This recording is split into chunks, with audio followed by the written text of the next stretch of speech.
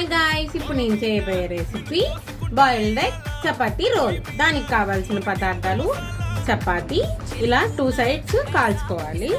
ఇప్పుడు కొంచెం టమాటో కెచప్ని ఇలా స్ప్రెడ్ చేసుకోవాలి. ఇదేమో పెరుగు, గరం మసాలా, ఉప్పు, కారం, కొంచెం లెమన్ జ్యూస్ వేసుకొని దీన్ని కూడా స్ప్రెడ్ చేసుకోవాలి. సన్నగా కట్ చేసుకున్న ఆనియన్స్, టమాటో పీసెస్, కట్ చేసి పెట్టుకున్న బాయిల్డ్ ఎగ్ ఇలా రోల్ చేసుకోవాలి. అంతే, రెడీ అయిపోయింది బాయిల్డ్ ఎగ్ చపాతీ రోల్. మీరు కూడా ఇంట్లో ట్రై చేసి ఎలా ఉందో కామెంట్ సెక్షన్లో కామెంట్ చేయండి.